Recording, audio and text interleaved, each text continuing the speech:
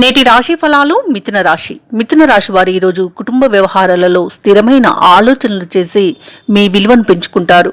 పనులన్నీ కూడా సకాలంలో పూర్తి చేయగలుగుతారు. అలాగే బంధుమిత్రులతో వివాదాలు ఏవైతే నెలకొని ఉన్నాయో అవి ఒక కొలిక్కి వస్తాయి.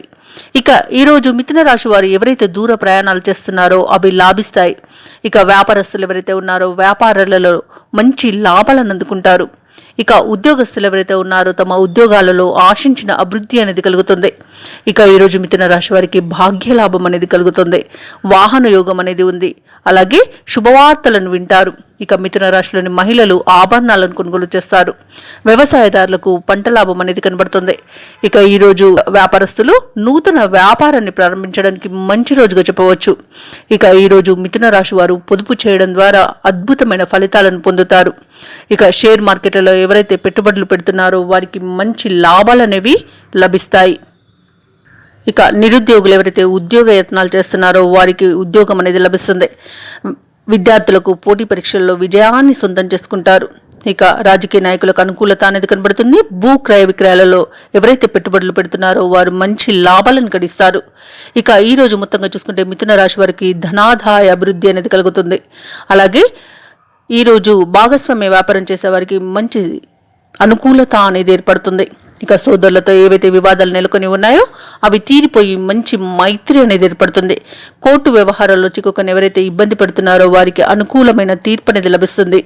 ఇక ఈరోజు అనుకున్న పనులు అనుకున్నట్టుగా మిథున రాశి వారు పూర్తి చేయగలుగుతారు. ఇక మిథున రాశి వారికి ఈరోజు ఆర్థిక పరిస్థితి అనేది మెరుగ్గా ఉంటుంది.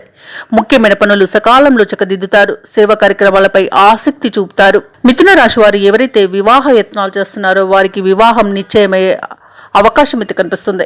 ఇక ఈరోజు పుణ్యక్షేత్రాలను సందర్శిస్తారు. దేవాలయాలను సందర్శించినప్పుడు మీరు ముఖ్యంగా గుర్తుంచుకోవాల్సింది మీ ఇష్టదైవం యొక్క ఆరాధన అనేది మీకు మంచి చేస్తుంది. కాబట్టి తప్పకుండా ఆ దిశగా ప్రయత్నించండి.